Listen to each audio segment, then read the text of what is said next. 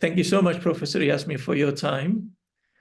And I want to start away with the first question. What is the historical antecedents and foundational underpinnings of populism in Pakistan? And what are principal factors contributing to the discerned state of political immaturity?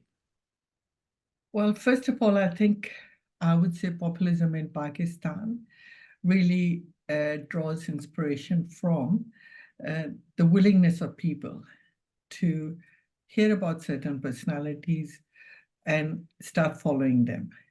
And gradually, as they think that these people have something to offer, they become the populist leaders that everyone follows. But the main reason why that happens is, and more so in Pakistan of today, is the low level of literacy.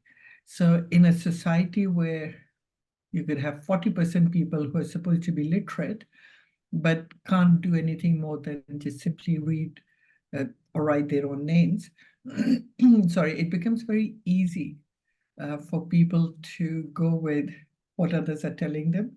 So the folk or oral transmission of ideas becomes very popular. And this becomes even more possible when the people who are the populist leaders or who want to be in that space, they start focusing on the way the public looks at issues and use terminologies that are easily understandable to people.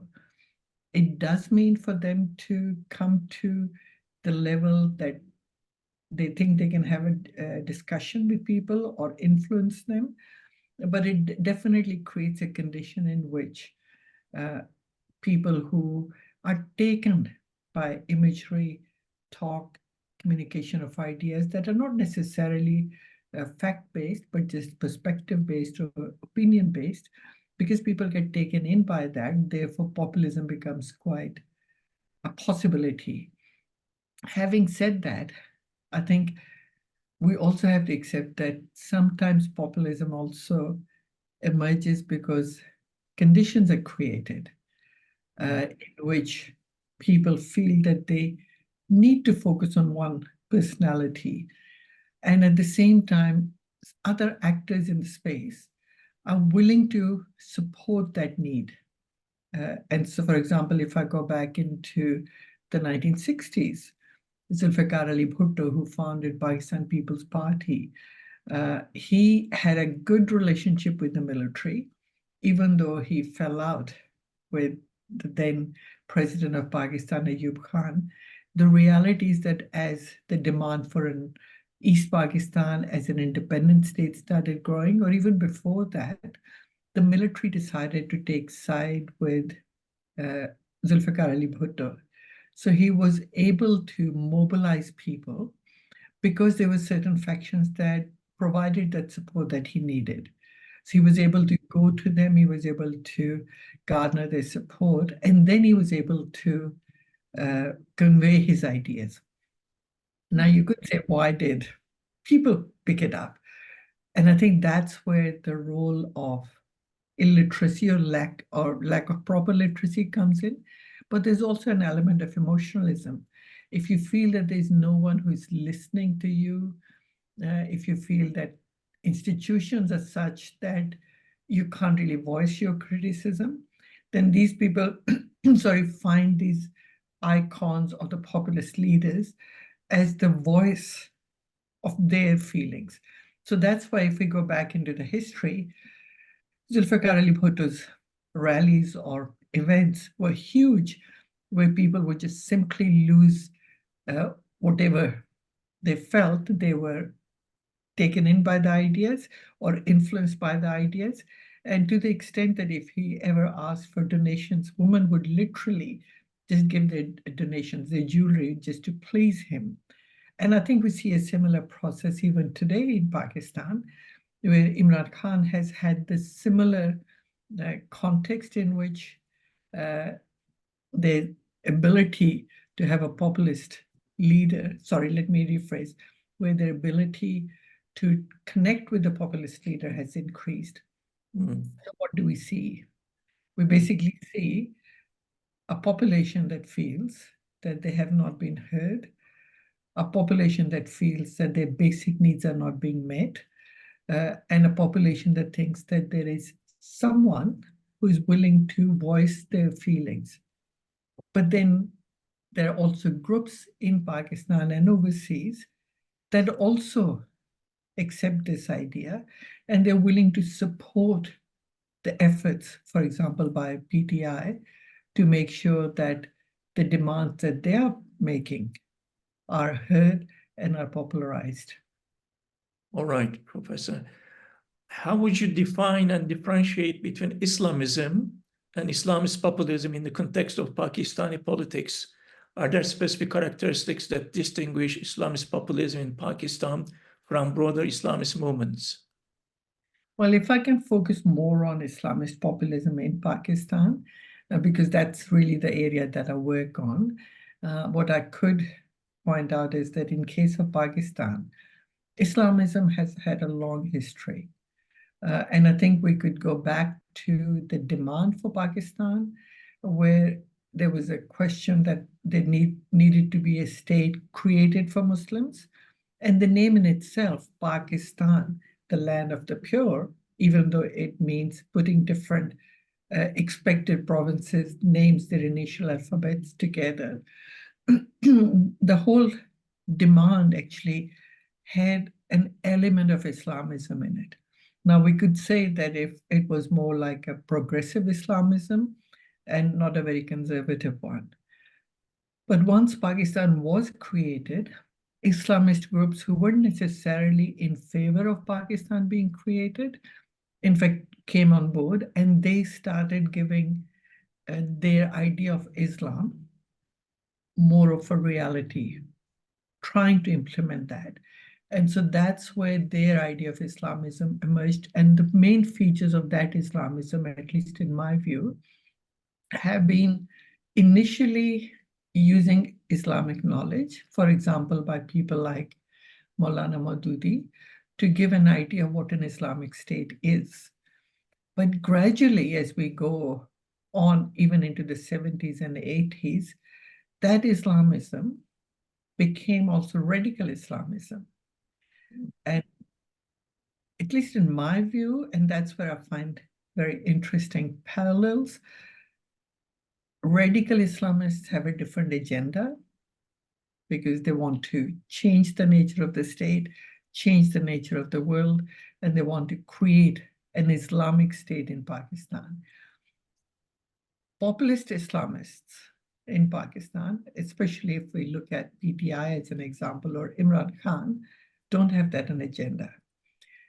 But the approach is very similar, because if we look at radical Islamists, they adopt a style in which they use very simple words, simple expressions, draw upon Islamic ideas, either verses from Quran or even Hadith.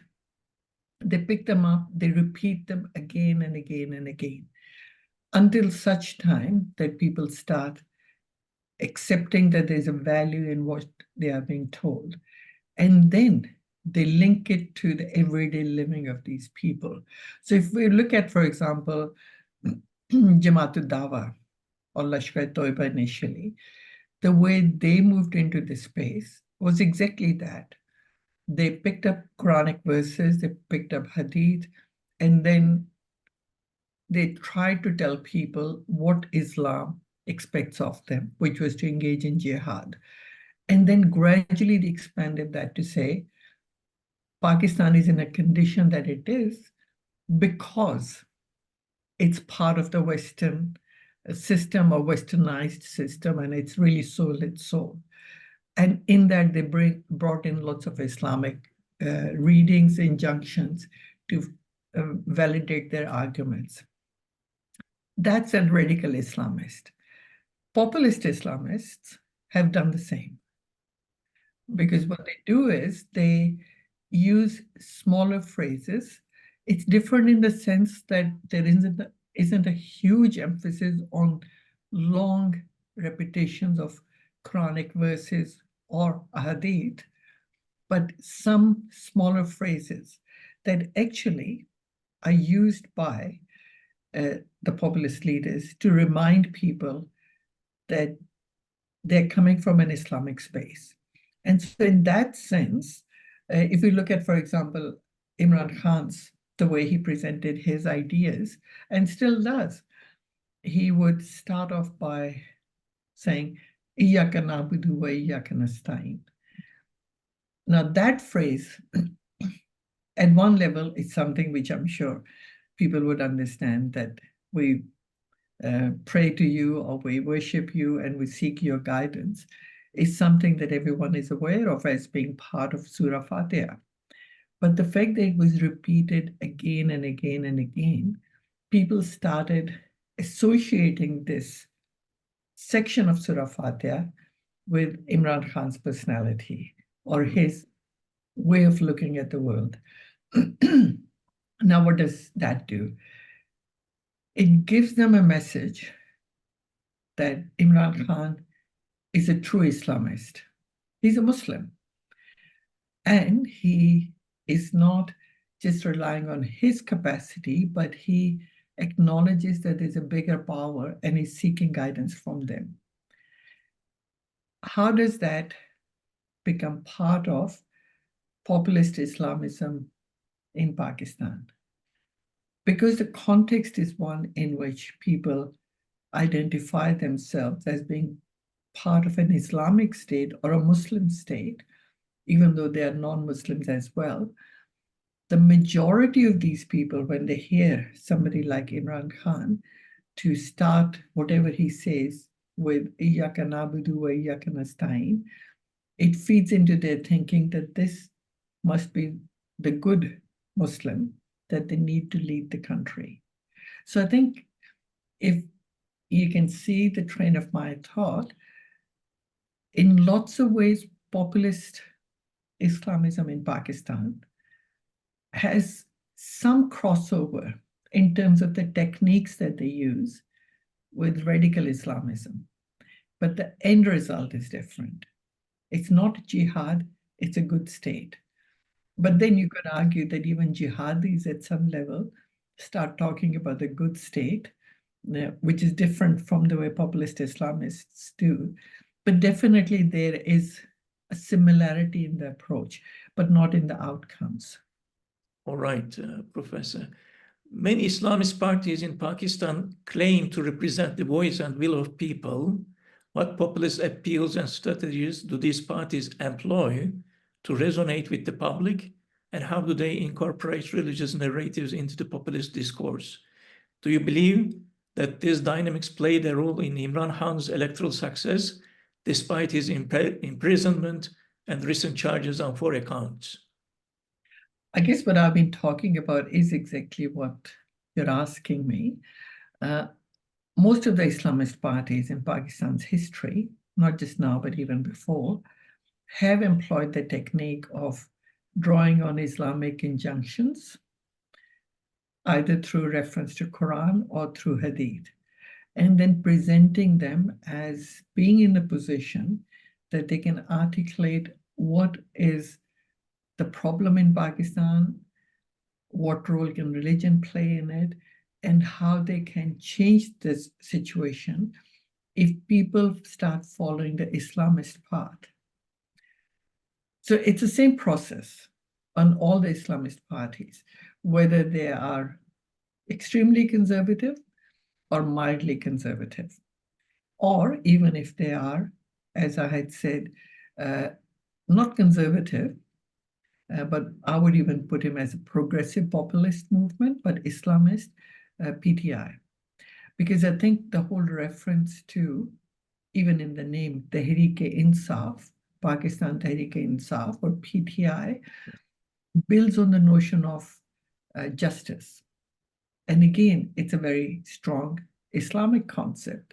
So the name itself draws attention of the people to the fact that this is a party that doesn't subscribe to Western ideas of democracy.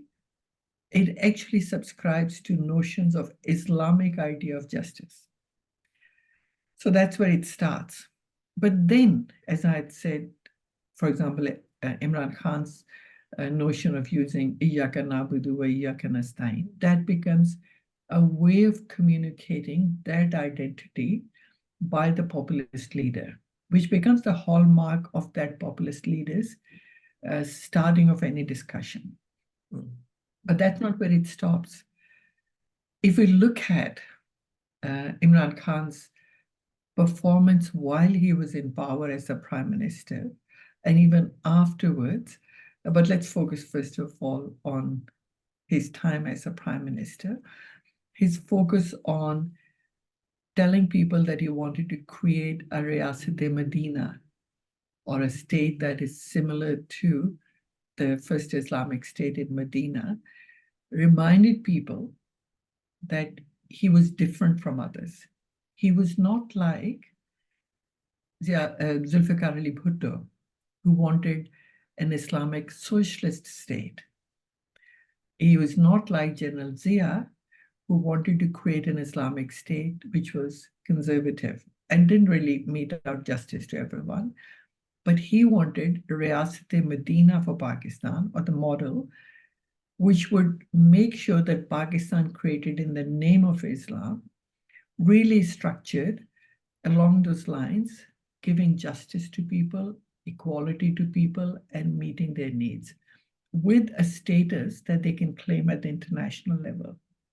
So in that sense, when he was in power, most of his references to Riyasat-e-Medina contributed, at least in my assessment, to his identity as a populist leader, populist prime minister. But then he gets thrown out of power.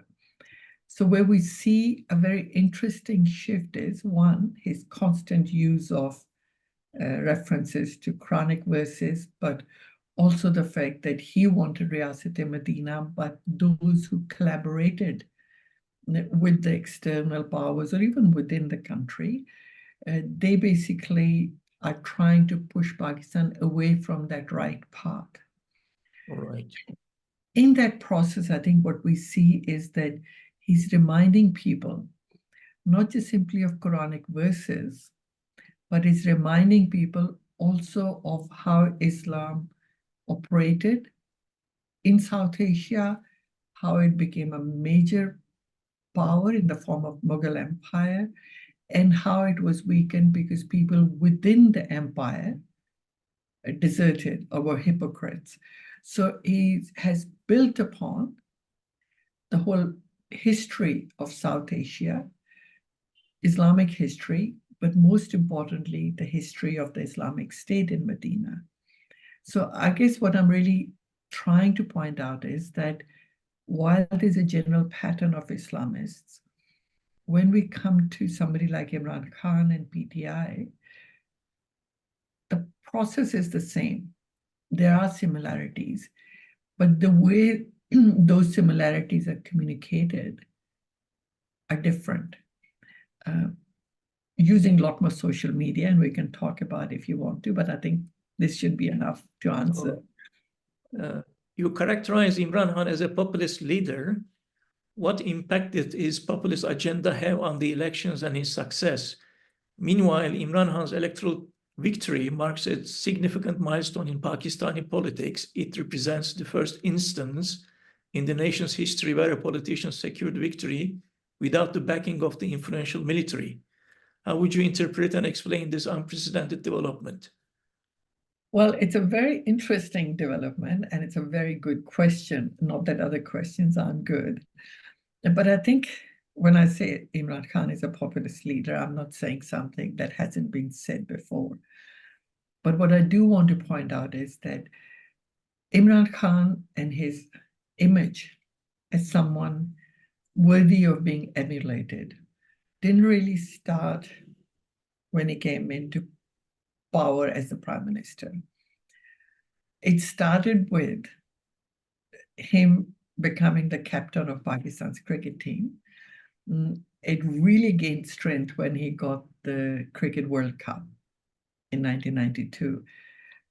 That was the time when from Pakistan, which is a cricket-mad country, you couldn't get anything better than that. And of course, there was added to the fact that Imran Khan always had that glamour about him. He was the one for whom Lady Diana was able to come to Pakistan. He was the one who married Jemima Goldsmith, this really rich Western British woman. And then he was the one who could hobnob with everyone internationally on an equal footing. So that idea was always there. When he comes into politics, we have to accept that initially he really wasn't that popular as a politician. There was a time he only got one seat in the parliament. But when the institutions that had created PTI or supported his idea of creating a party, when they started supporting him, his appeal started growing. He was being presented or supported by powers that be around so the structures that PTI was setting up as the third force. So I think there was a whole set of efforts that were made by the military, but also retired officials and others who thought maybe the two political parties, PML-N or PML and PPP, weren't really giving the relief to people that they needed. So as Imran Khan comes to the surface, he starts getting traction as a populist leader. Now we have to also give him credit that in 2013, when PTI got sufficient votes to form a government in Khyber Pakhtunkhwa, he did introduce ideas that were good. There were some problems with that, for example, the health card, but overall the idea was such that it appealed to the poor people who thought that he thought about them, he cared about them. Then comes 2018, and he started following those ideas. Unfortunately, the party didn't have enough capacity or experience in managing economy. So that set Pakistan on a very downward slide. You could argue that there were already cases or the reasons behind that downward slide, but during his tenure, it got worse. What I found very interesting is that the moment it became clear that there was going to be a vote of no confidence, his popularity and his capacity to emerge as a populist leader really skyrocketed. And why did that happen? I think it's a combination of what I had started with, the sense among people in Pakistan where the prices have been increasing, where people have felt that they're not necessarily heard. There's a sense that decisions about the political structures are made elsewhere, not in the democratic space. And so they looked at Imran Khan as that hero that they had elected, even though they were upset with him, and then got annoyed. And Imran's narrative played a huge part in that, because just like what I had said earlier, he used terminology, he came up with ideas, he talked in the way that appealed to ordinary people, especially the youth. I think that the way he used those ideas actually, in the long term, could harm Pakistan, because it didn't really guide people into increasing productivity or being responsible. It was more about magnifying their anger. But the reality is, if there is anger and there's someone who can voice that anger, he becomes a leader. So populist appeal for Imran Khan skyrocketed after he was thrown out because of his narrative. But there's also another point to that, at least the way I look at it. The previous PDM government, Mark I, and the military, I think they didn't really fully understand the extent to which giving Imran Khan that open space would help him mobilize the support. So they allowed him to hold these rallies day in, day out. And imagine there are all these people who hear that, and the PTI has had a very good, effective use of social media. It spread the message. It also spread it through the oral transmissions with people talking about it. And suddenly Imran Khan became this larger-than-life personality. Even though he's in jail, he still, as you said, managed to really change the scene as the military would have liked it to be, or the establishment would have liked it to be. Everyone, including me, expected a coalition government. And the choice was with PML-N, PPP, and maybe some other parties. And PTI would get some seats. But given the fact that they were given not one electoral symbol, but many electoral symbols, it was clear that they can't be a party. So there was this sense that it's given. He would be not in power. And all those cases and their verdicts that came just a few days before the elections gave a very clear message that Imran Khan is not allowed in this political space. Now look at it from the point of view of younger generation, but also those who are not young. What did it signify? Economic conditions even further worsened during the PDM government, 16 months government. People were suffering because they heard this narrative from Imran Khan that those who have removed him are the ones who have collaborated with external powers and also with sections in the military. They decided that Imran was right and the other side is wrong. And then there's this image of Imran as someone worthy of being followed. I think of it more like a cult personality, and I think people really like him, trust him. If you try and make sense of it, you may not be able to, but the way at least I can explain this total upset of what was structured before elections and how it's turning out to be now happened because there are people who trust Imran Khan. They would do anything for Imran Khan. Now, they openly say, he asks us to lay down our lives, we'll do that. But then there's another reason. Imran Khan's or PTI supported independence, securing of so many seats, shouldn't be taken just simply as a proof that Imran Khan has total support.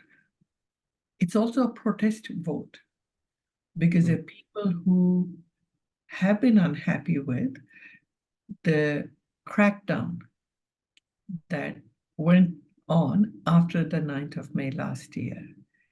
And there have been stories revolving, and they may not be correct, but there have been stories, ideas, repeating of the stories that suggest that somehow law enforcement agencies, especially the military agencies, have been targeting anyone and everyone who is a supporter of PTI. Right. Now, the image created that, but then there are people who are also angry with PML-N. You know, why is it that this dynastic politics has to continue?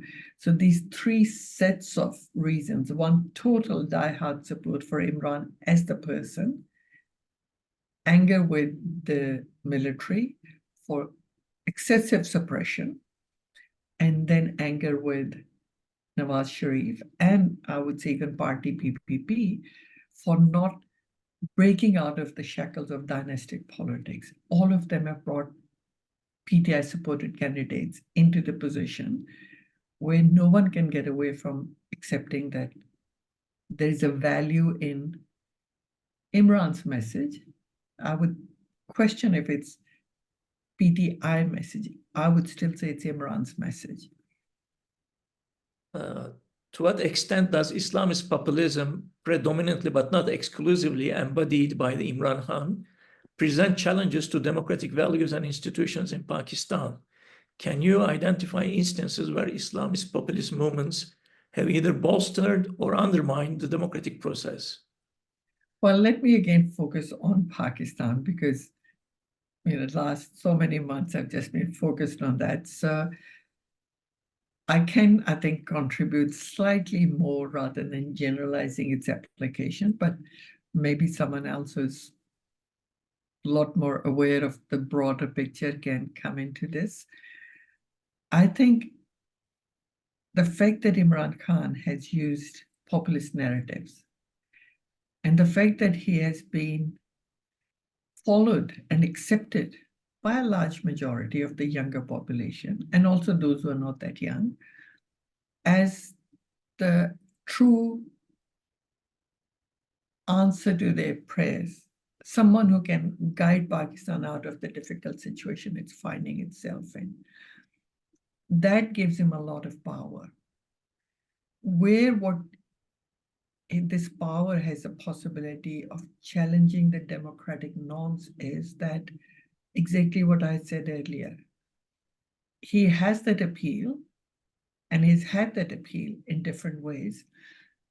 But if you don't channel that appeal to tell your followers to say, we are fighting for Pakistan, we're struggling for a good, just Pakistan, but that just Pakistan requires every citizen who is capable of doing that to meet the responsibilities and do the best as a productive human being as possible.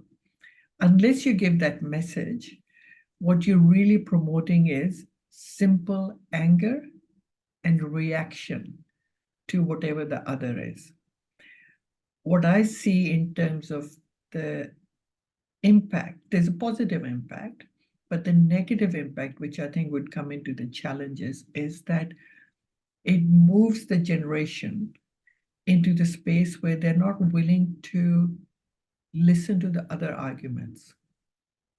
It's very similar to what we see in the United States with Trump versus whosoever is representing the Democrats. In the same way, I think he has created this environment in which denigrating others in ways that sometimes I think is quite embarrassing, but also not taking the responsibility to do the right thing for Pakistan other than just casting a vote against whatever is there. I think that's a challenge in the sense that it doesn't engender real democratic spirit. It only encourages and promotes anger. That contributes to, in the long term, to instability rather than stability. Like when I ask people, why do you support Imran Khan? Because I want to get a sense. Their ideas, because he says so, but why? And then the expressions or explanations that they come up with actually don't necessarily have a solid rationale behind them. But they've picked up the ideas that are given to them by Imran Khan, either directly through the social media or through oral transmission of ideas. They believe in it. There's no room for them to think about it. I think whenever a society gets into that space where they get closed off to the possibility of thinking of alternative explanations and being willing to collaborate with others for a greater good, we weaken democracy. And I think that's where the challenge comes. But there's a positive, if I can also talk about that. I hope I haven't gone over time. The positive is that I think the fact that people have voted in such large numbers, for whatever reason, makes one thing very clear. It must make it clear to the military and to everyone else who has worked together so far to construct structures that only suit a selected group. It is a very good wake-up call to those people to say, it is important to take the public on board Now, when I say that, I'm very aware of the fact that Imran Khan himself has been a beneficiary of this process. But I think we accept that, but say, okay, now he's not.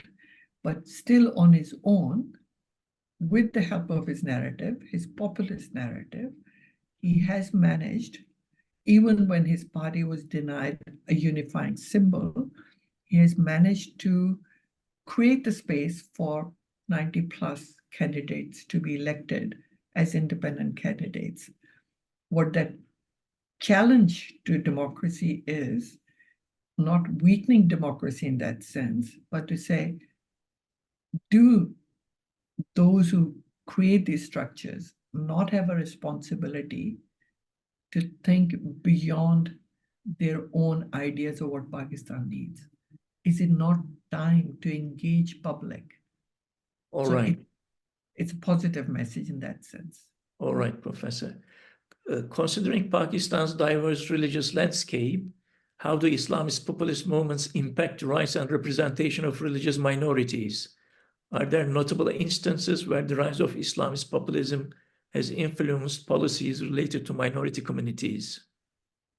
Look, that I think is not directly impacting, at least in my sense, and if I'm focusing on Imran Khan, but overall Islamism or Islamization as it has been promoted in Pakistan since its creation, but definitely since the 1970s onwards, it's created an environment which promotes the idea of Pakistan as a Muslim state or as an Islamic state, to the exclusion of the minorities that you're talking about.